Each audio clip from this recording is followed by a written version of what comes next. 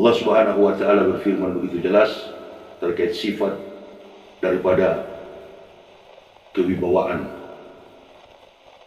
kerahmatan daripada agama Islam. Diturunkannya ayat-ayat suci Al-Quranul Karim menunjukkan bahwa Islam itu merupakan rahmatan lil alamin. Agama yang bersifat rahmat bagi semesta alam, bahkan bersifat universal. Kitab suci Al-Quran diturunkan kepada seluruh umat manusia, hudan linnasi wa bainati minal huda wal furqan, sekaligus pembeda antara hak dan batil. Inilah kemudian kita terpanggil untuk menunaikan syahrul Ramadan, puasa di bulan Ramadan. Nabi SAW, al-jannatu mustaqatun ila arba'ati nafarin, tadil Quran wa hafidil lisanu mut'imul di'ani wa su'imina fi syahri Ramadan. Ada 4 golongan manusia yang dirindukan oleh surga. Yang pertama adalah mereka suka membaca Al-Quran, talil Quran. Yang kedua, wahafidil lisan, orang yang menjaga lisan kata-katanya.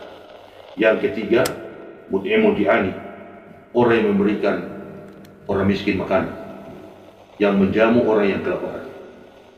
Dan yang keempat, orang yang berpuasa di bulan Ramadan. Kita tidak berambisi untuk masuk surga. Terkait dengan hadis yang disampaikan oleh baginda Rasulullah Muhammad SAW, surga yang akan merindukan kita. Al-jannatu mustaqatun ila arba'ati nafar. Sehingga sifat ambisi tidak ada pada kita, karena surga yang merindukan kita. Dan Allah Subhanahu wa Ta'ala Maha tahu. Kalau kita seringkali hanya menduga, kita seringkali hanya memprediksi, itulah kelemahan kita sebagai manusia. Maka tidak heran, di tengah persoalan yang berkecamuk secara global, Allah Subhanahu wa Ta'ala menurunkan makhluknya yang bernama Corona sebagai ujian iman yang diberikan Allah secara khusus kepada orang mukmin dan secara global berlaku bagi dunia. Allah sengaja menakut-nakuti, Allah sengaja menurunkan murkahnya, musibahnya kepada umat manusia karena kesombongan dan kemunafikan manusia. Dia menganggap bahwa dia mampu dengan kemampuan intelektualnya, dengan kekayaan hartanya berlimpah-limpah. Dia lupa untuk beriman kepada Allah Subhanahu wa Ta'ala. Padahal di dalam Al-Quran begitu jelas, orang yang beruntung itu bukan karena dia memiliki jabatan yang tinggi. Orang yang beruntung itu bukan karena dia dari bangsawan. Orang yang beruntung itu bukan karena dia memiliki jabatan, kekuasaan, bahkan keturunan yang baik. Orang yang beruntung itu dikatakan oleh Allah Subhanahu wa Ta'ala, Rabbul Alamin, pencipta langit dan bumi. Qad aflahal man tazakka wa zakara isma rabbih fasalla bal tusiruna al-hayatad dunya wal akhiratu khairun wa abqa. Orang yang beruntung itu adalah orang yang diberikan iman kepadanya. Inilah harta yang tidak bisa letang dimakan usia. Harta paling berharga adalah konsep iman tauhid yang diberikan Allah Subhanahu wa Ta'ala dalam jiwa kita. Inilah yang kita pupuk setiap saat. Bahkan kita tahu sendiri bahwa sebelum kita memasuki bulan suci Ramadan, di awal-awal sejak kabar ketika kita dihebohkan, digemparkan dengan isu terkait dengan virus corona, dan kemudian sekarang ini adalah COVID-19. Kemampuan intelektual manusia terbatas ternyata. Itulah adanya manusia. Manusia terbatas oleh aspek ruang dan waktu. Segala kemampuan dirinya terbatas. Tetapi Allah Subhanahu wa Ta'ala tidak terbatas. Musibah yang Allah berikan berupa virus ini adalah untuk mengajak kita untuk lebih dekat kepada Allah Subhanahu wa Ta'ala. Pemerintah menganjurkan untuk kita dikarantinakan. Setiap individu, rumah tangga, kehidupan bermasyarakat, berbangsa dan bernegara. Kita melaksanakan lockdown, kita melaksanakan karantina, atau istilah orang modern, work from home. Kita bekerja dari rumah. Bahkan dalam pergaulan di masyarakat kita mengenal istilah physical distancing, social distancing. Physical distance, menjaga jarak tubuh, jarak fisik antara satu dengan yang lainnya. Kita berikhtiar, kita berusaha. Para ulama sudah memberikan dalil-dalil hadis Bahkan ayat-ayat suci Al-Quran sudah disampaikan. Dan kita terkapar beberapa bulan, hampir 120 hari lamanya. Hampir 4 bulan. Keadaan kita begini-begini saja. Menunjukkan bahwa manusia itu terbatas. Kekuatan manusia itu terbatas. Tingkat berpikir, kejeniusan, keilmuan manusia terbatas oleh aspek ruang dan waktu. Allah Subhanahu wa Ta'ala tidak terbatas. Manusia tidak mampu, Allah Maha mampu. Kalau sudah berlarut-larut begini, sudah hampir 120 hari, maka pertanyaannya, sebagaimana yang disampaikan oleh WHO, World Health Organization, Badan Kesehatan Organisasi Dunia, Organisasi Kesehatan Dunia, WHO, sudah mengatakan bahwa virus ini tidak akan berhenti, terus berkesinambungan. Bahkan ada beberapa negara setelah lockdown melonggarkan, kemudian melockdown kembali, menunjukkan bahwa manusia sudah tidak mampu. Pertanyaannya, kalau manusia sudah tidak mampu, kepada siapa manusia harus bergantung agar mampu? Ketakutan ini kadang-kala mengalahkan kemampuan kita berpikir, bahkan kemampuan untuk kita berpikir lebih jernih, menyimak apa yang diinginkan oleh Allah di dalam konsep keimanan di dalam dada kita kabur. Maka kita lebih mengedepankan kemampuan berpikir kita. Kita lebih menggantungkan harapan kita kepada makhluk. Sudahlah, kalau sudah berlarut-larut begini, berarti sudah manusia sudah tidak mampu. Presiden Joko Widodo sudah mengatakan dalam statementnya di media elektronik, di depan layar kaca, depan televisi, beliau mengatakan bahwa kita berdamai dengan corona. Ini merupakan sinyal bahwa kita tidak usah takut. Kita hadapi ini dengan konsep keimanan. Ingatkah kita ketika corona pertama kali merebak? Jejak digitalnya masih ada. Rekam jejak digitalnya masih ada. Ketika Muslim Uighur melaksanakan sholat, tidak sedikit orang-orang kafir yang ada. Mereka berebut untuk mencari syaf melaksanakan sholat bersama Muslim yang ada di Wuhan. Kendati pun arah kiblat mereka itu sudah tidak karuan. Tujuannya hanya satu, mereka lari dari virus corona. Mereka menghindar dari penyakit, mereka menghindar dari wabah yang sedang menyerang mereka. Ini menunjukkan bahwasannya ketika manusia tidak berdaya, maka hanya Allah Subhanahu wa Ta'ala yang patut kita gantungkan harapan kehidupan kita. Ketika kita sholat berjamaah, ingat ke kita.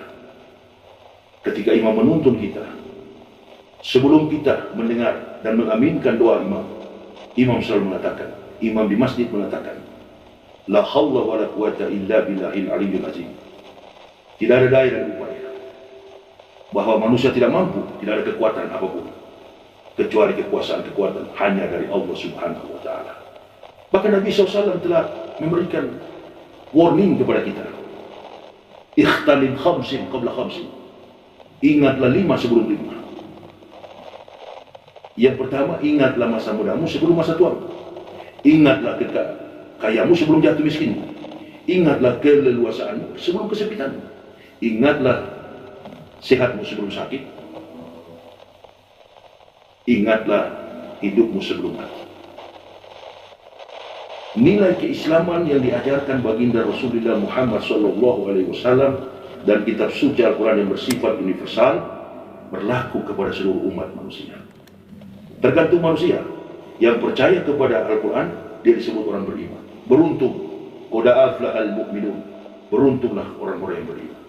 Yang mengingkari ayat-ayat Allah, mereka adalah kafir, kufar. Mereka menutup diri untuk tidak beriman kepada Allah. Masya Allah. Bayangkan kalau virus ini dia betul-betul ada dan dampak daripada virus ini tidak berupa penyakit tetapi sekaligus membunuh. Tidak bisa saya bayangkan, mungkin satu manusia pun tidak ada di jalan. baik petugas keamanan, baik pegawai negeri, aparatur sipil negara, maupun pemerintah. Sedangkan tidak terlihat hanya berupa wujud, dampaknya hanya berupa penyakit, sudah pada ketakutan. Nah, pelajaran penting yang perlu kita ambil, Allah Subhanahu wa Ta'ala, ma'asabah min musibatin illa bi'idnillah, wa may yudlim billahi yahdi qalbu, wallahu bikulli syai'in alim. Tidak ada musibah menimpa kepada seseorang kecuali dengan izin Allah. Barang siapa yang beriman kepada Allah, maka Allah akan memberikan pengetahuan ke dalam hatinya. Sesungguhnya Allah Maha mengetahui segala sesuatu. Serahkan kepada Allah kalau kita sudah tidak mampu. Tidak usah kita berlagak tahu, tidak usah kita berlagak mendahului keimanan. Konsekuensi hidup itu adalah mati. Kalau sudah saatnya, ma'asaba min musibatin illa bi'idnillah. Kalau Allah menghendaki musibah kepada seseorang, maka tidak ada satu pun manusia makhluk yang bisa membendung. Bahkan jangankan musibah, mati pun. Wa ma kana li nafsin an tamuta illa bi'idnillah kitaban muajjalah. Tidak ada yang bernyawa di dunia ini akan mengalami kematian illa bi'idnillah, kecuali dengan izin Allah, kitaban muajjalah, sebagaimana waktu yang telah ditetapkan. Wa may yurid sawabat dunya nu'tihi minha wa may yurid sawabal akhirat nu'tihi minha. Barang siapa menghendaki pahala dunia, niscaya kata Allah kami berikan. Barang siapa menghendaki pahala akhirat, niscaya kami berikan.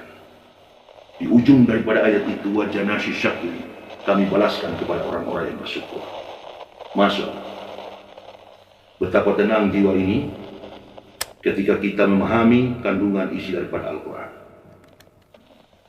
Betapa tenang jiwa ini tidak akan takut kena penyakit dan bahkan kematian, karena kita tahu bahwa penyakit, musibah, bahkan kematian sudah ditentukan oleh Allah Subhanahu wa Ta'ala.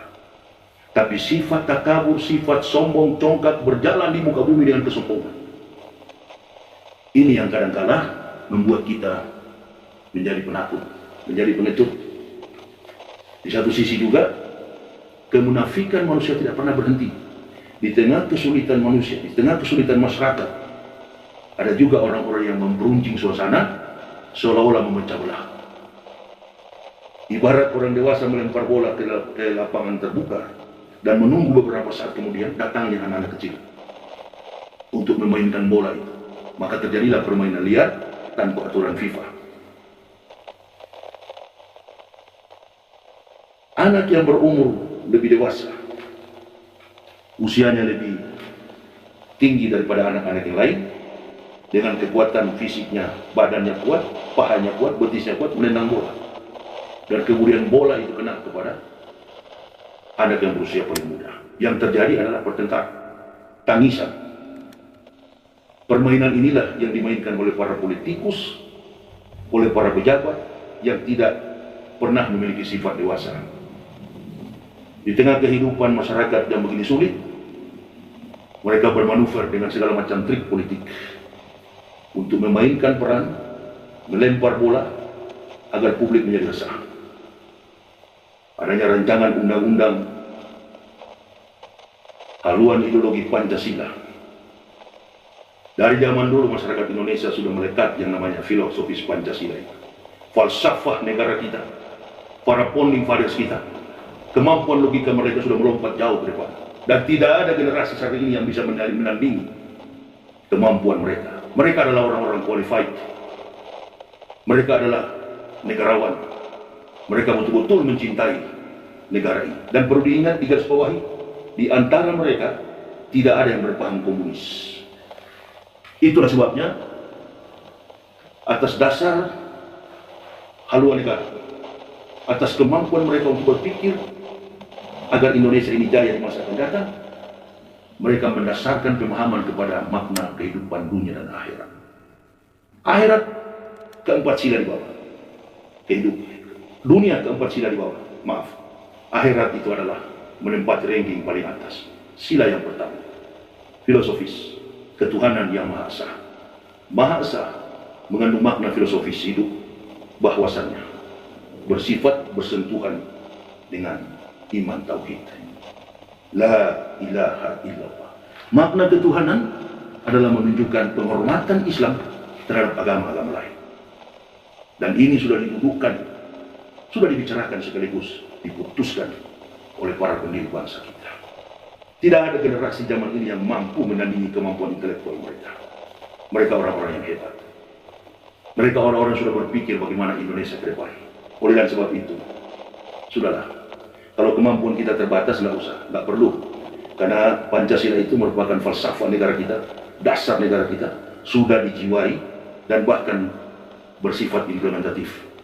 Bukan kajian mendasar tentang uraian daripada kebudayaan. Kebudayaan adalah salah satu sifat yang masuk dalam falsafah itu.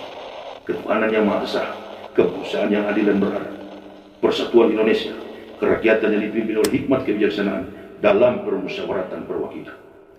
Ketika kita menempuh pendidikan formal, sekolah lanjutan, kita mendapatkan pelajaran pedoman, pendidikan pedoman penglihatan dan pengamalan Pancasila, P4, pendidikan sejarah perjuangan bangsa. Kita menatap ke depan lebih jauh untuk melihat bagaimana pengorbanan founding fathers kita dari beberapa organisasi, dari beberapa lembaga agama, institusi agama yang ada di Indonesia. Dan Islam menempatkan para tokoh-tokoh yang memiliki kemampuan di atas rata-rata. Bahkan ada beberapa orang di antara mereka adalah seorang kiai, salah seorang yang dari Manado, Maramis, suku saya. Ketuhanan yang Maha Esa, penghormatan Islam terhadap agama-agama lain. Maha Esa, tauhid. Ketuhanan berarti Islam menghormati agama-agama lain. Islam bukan agama teroris. Islam bukan agama yang keras. Islam adalah rahmat dari alamin. Hanya orang munafik yang pura-pura Islam yang memusuhi agama Islam. Nah, oleh dan sebab itu, saya berpesan pada kesempatan ini, apabila corona ini, virus COVID-19 ini akan selesai, hanya satu: andalkan kekuatan iman kepada Allah, ikuti perkataan Presiden, berdamai dengan corona. Berdamai itu artinya nggak usah takut, maju kita, melangkah kita ke depan, nggak usah ada kepentingan mencari kesempatan dalam kesempitan di tengah kehidupan kesulitan umat masyarakat saat ini. Dan berhentilah memecah belah bangsa ini. Kita menatap ke depan lebih baik untuk melihat Indonesia dan terutama Islam tegak di masa yang akan datang. Sekali lagi, camkan baik-baik. Kalau ini dipaksakan, hati-hati. Umat Islam mayoritas negara ini. Kami sebagai pendakwah telah mewakafkan diri untuk berjuang membela agama ini. Dan umat akan mengikuti apa yang kami katakan. Tapi kami tidak brutal. Kami mengajarkan jamaah untuk menghormati agama-agama lain. Kalau Islam menghormati agama lain, bukan berarti mengakui. Karena konsep ketuhanan Islam itu menghormati semua makhluk yang ada di dunia. Tapi tidak mengakui kemusyrikan, tidak mengakui kekafiran. Pengakuan Islam tauhid sangat tegas. La ilaha illallah Muhammad Rasulullah. Inilah kesimpulan yang bisa saya berikan agar senantiasa menjadi pedoman dalam kehidupan kita. Jangan sekali-sekali menjadi kesempatan dalam kesempitan. Jangan berbisnis di tengah penyakit ini. Jangan berbisnis di tengah corona ini. Jangan berbisnis di tengah COVID-19 ini. Jangan menakut-nakuti orang dengan penyakit. Ingat baik-baik, Allah Subhanahu wa Ta'ala Maha Kuat. Dia yang akan mengangkat penyakit ini.